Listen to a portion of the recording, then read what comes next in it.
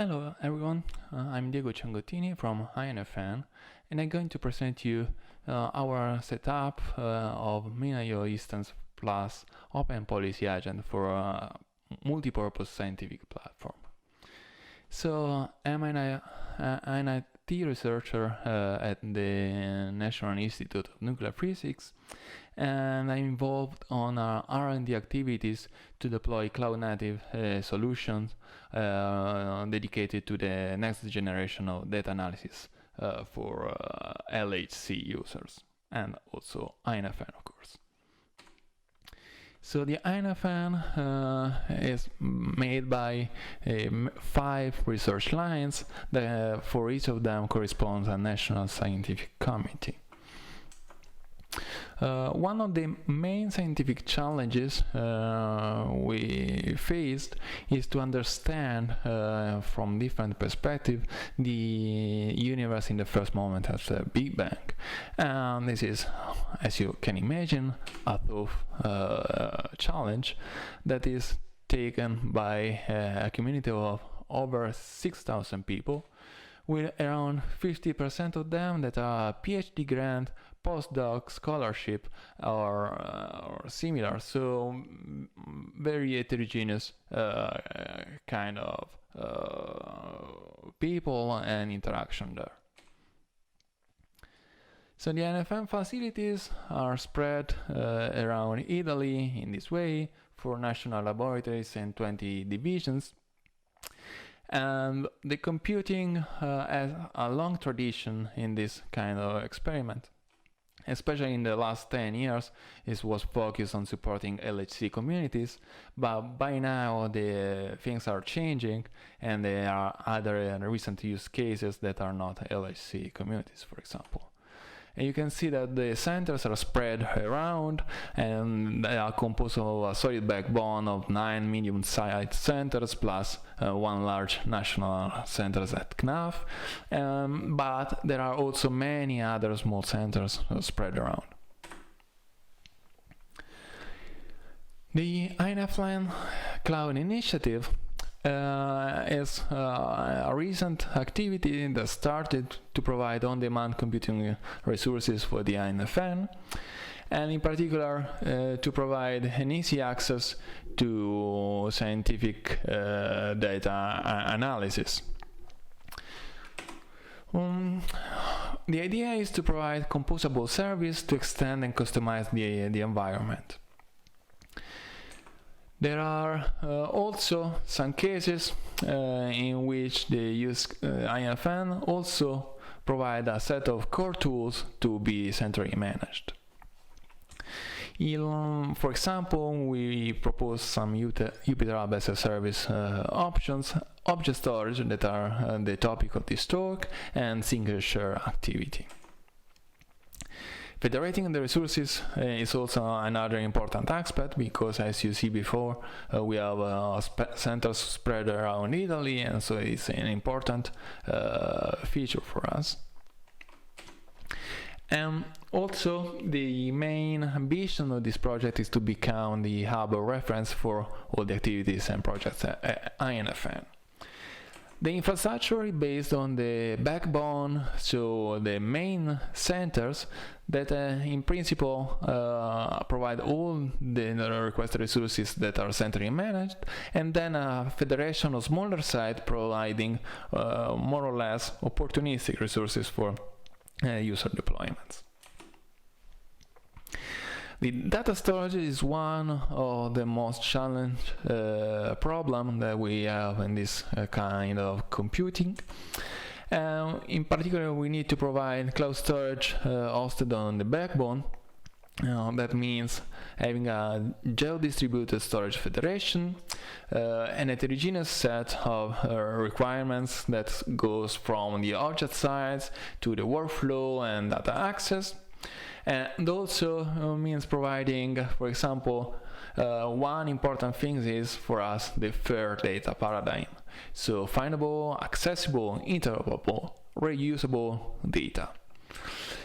In particular, we want to achieve this with the least effort possible for the end user, and in particular with a focus on the R of the acronym, so make sustainable the reuse of the data. The requirements, in few words, we want dynamic user registration, eventually compatible with OEDC authentication, fine-grained authorization, read-only, read-write, per file or per user group. We want easy and robust operation that eventually comes to GitHubs. We want to access data via POSIX and Web UI access, vendor network solution, and open source. So, guess what? Yes, this small set of requirements. Joking. The problem is that we think we kind of found the proper balance using MinIO instance, and that is compatible with S3. That is a good thing. Powerful Web UI built in this software, and a proven scalability. It also provides a native integration with AWS STS credentials, and an external OEDC can interact with this to get introduced, so it's a good thing for us. And also the authorization policies can be managed in a fine-grained way by OPA. User management. So Indigo IAM has been used because it's capable of brokering different kind of identity providers and produce for us some important registration functionalities. For example, we can manage groups or collaboration in the experiments in a proper way with the well-defined flows. We provide services also to manage this on Web UI and so on and so forth. And also attribute assignment and account linking is not a problem, is included out of the box. And finally, this is capable of act as an identity provider with any OEDC compliant service underneath, so it's very important. And in fact, this allowed us to integrate Indigo IAM with MinIO using the AWS STS credential integrated in this software that basically provide a set of temporary credentials in exchange with your OEDC token, basically. And we follow the assumed rule with web identity flow that is supported, and yeah, our IAM instance was integrated without any problem, so good point there. And okay, the authorization part, OPA, the OpenPolicyAgent stuff, works pretty well in our scenario. For example, we are able to use this general purpose policy engine co-located with the MinIO server, where the MinIO server forwards all the information on the token to this service, and the service is capable of take decision on fine-grained and on basically checking a simple set of files provided by us. So also a dynamic configuration is possible there. And it's totally decoupled from the storage configuration. Here you can see an example of this. A user arrives with a JSON web token, and the MinIO STS follow all the claim information to the OPA server, that in turn checks if the user is authorized to do that query, that API, and decide whether to not to authorize the operation.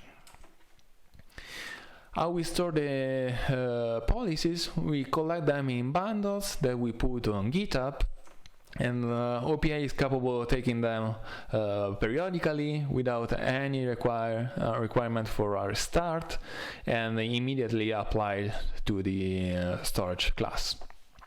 And it is quite good, so we collect all our policies, group policies, user policies, per file policies, all in one place, and we have complete control of it. So far so good, and now we needed some tools to enable users to interact with storage in the easiest way possible. So we start for using a tool to manage OpenID Connect authentication, providing an easy way, like an SSH agent, to take access token when needed by the user, securely storing the long-living credential and exposing the short-lived ones, and also integrable via API libraries Python, Go, and C++. And this was particularly useful to integrate OEDC-Agent with rclone. So rclone made possible for us to mount remote buckets as a folder for the user, and using POSIX access, so to work with this data. We produce a small patch to integrate OEDC-Agent SNS3 provider for rclone, where the tokens are taken from a OEDC, exchanged with the MinIO, and then converted into temporary S3 credentials. So users in this way, once set up OEDC-Agent, can take their bucket, mount locally, and work from there. And that is why quite a success for us. Also, backup are supported via RESTIC, for example, that can talk directly to rclone. So it's a very, very successful story for us, and it is used with a really good success from our users. With even more success has been introduced in a STS wire software that basically does not need OEDC-Agent, but it's an all-in-one tool that has a guided configuration procedure where you set up your credential renewal and mount your bucket all in one. And this is demonstrated during time to be the preferred solution to mount a bucket content on a laptop, for example. So regarding instead the access via API in Python, we integrated OEDC-Agent and STS credential with both 3 library, so one can access this exactly with one line of code, exchanging their token, everything under the hood. And you can see from this snapshot, it's very simple to use. You instantiate your session with one line of code indicating only the profile of the OEDC-Agent you need to ask the token. So, was a very good experience, and how we achieve this, how our deployment works. So we have a centrally managed deployment that is running on an HA Kubernetes cluster that is managed by Flux CD for the configuration of the infrastructure, and using OPA bundles for the policies. We also provide cloud on-demand recipes to bring up these clusters on demand, using automated procedure and charts in particular, available via web UI thanks to kubeapps.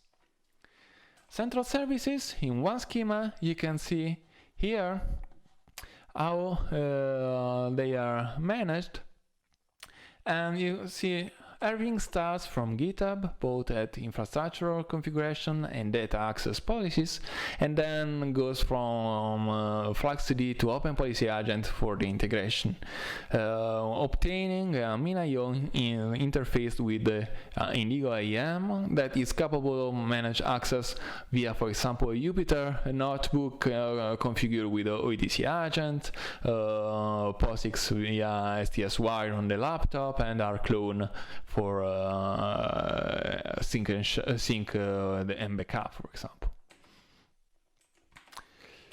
So full GitOps control here. The self-managed solution It's based on Ansible recipe to bring up kube apps on any Kubernetes cluster, being it on premise or public cloud.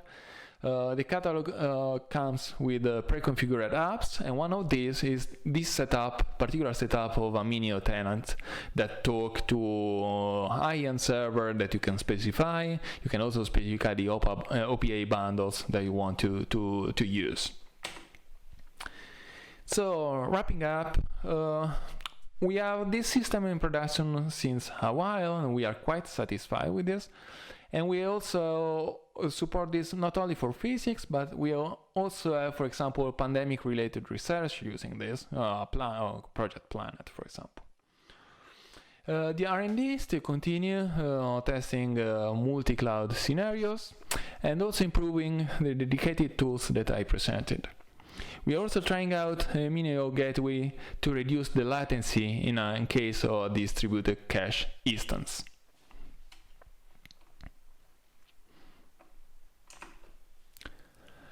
We have now a quick demo where we see the proper way to access this cloud storage and how easy it is for the user, for example. Okay, so let's start with OpenPolicyAgent. So we will see how to configure it and retrieve personal access token in a SSH agent fashion. So we start basically generating a new configuration, and we are using the device flow authentication for the OpenPolicy IAM, and we call the profile stackconf 2021. We insert here the IAM service endpoint, and so that in this case is login.cloud.infn.it. And okay, now we select the scopes, should appear by now, yeah, the scopes, and we select all the scopes possible. We can also select a subset of those, and we start registering a client in IAM.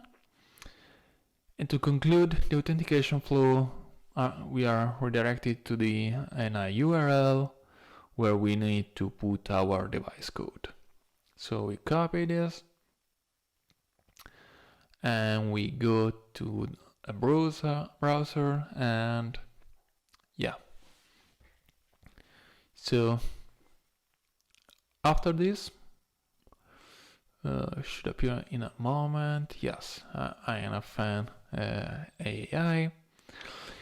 So we need to log in. This is a service that is brokered by Indigo IAM, as I mentioned you before. So we can authenticate using this AI service, and then we are redirected to our OEDC managed user, as we see in a moment. So now we take the device code and we put device code into the field,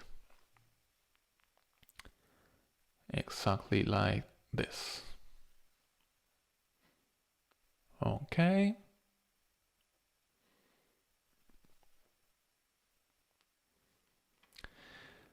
We allow the client, and we trust the source of the client, and we go further.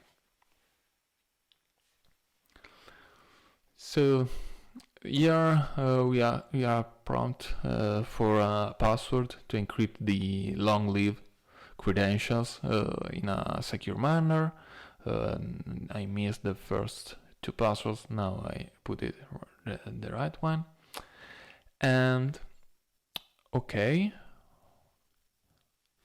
So now we see that we can retrieve a token, valid token, using ODC token and the name of the profile we used before, that is stackconf 2021.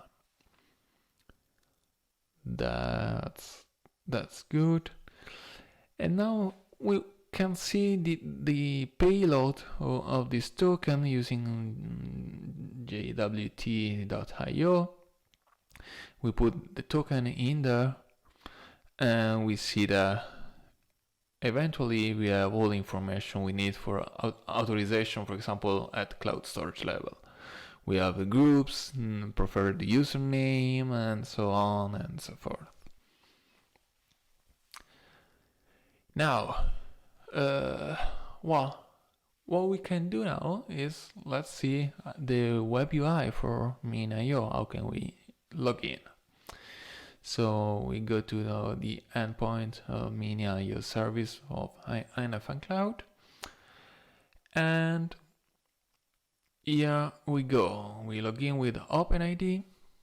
We have been redirected to the very same procedure of before, but since we already logged in before for the ODC agent, we are allowed to access without further ado.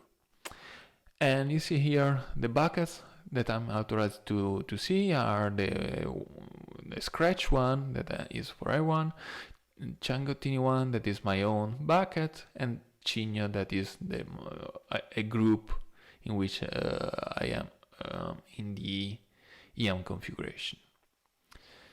Then we are now trying to use our clone. I'm starting to use a new configuration. And when the configuration with our clone is being stack demo in this case, we set up a storage class that is, we are going to find out that is the number 4. So we select Amazon S3 compliant storage. And so we put 4 in here. Yeah, we see INFN Cloud, and we put 4 in here. And then we are prompted with a set of different providers for S3 Cloud, where we have the INFN with STS IAM. Put 7. We go on without specifying any specific credentials because they will be generated automatically using our access token. And then we need to put the name of the profile in ODC we are using. So it will be stack demo conf 2021. And then from there on, we do not put any access key or secret key. Everything is default except the endpoint. That will be our Min.io instance. So HTTPS Min.io cloud infn.it.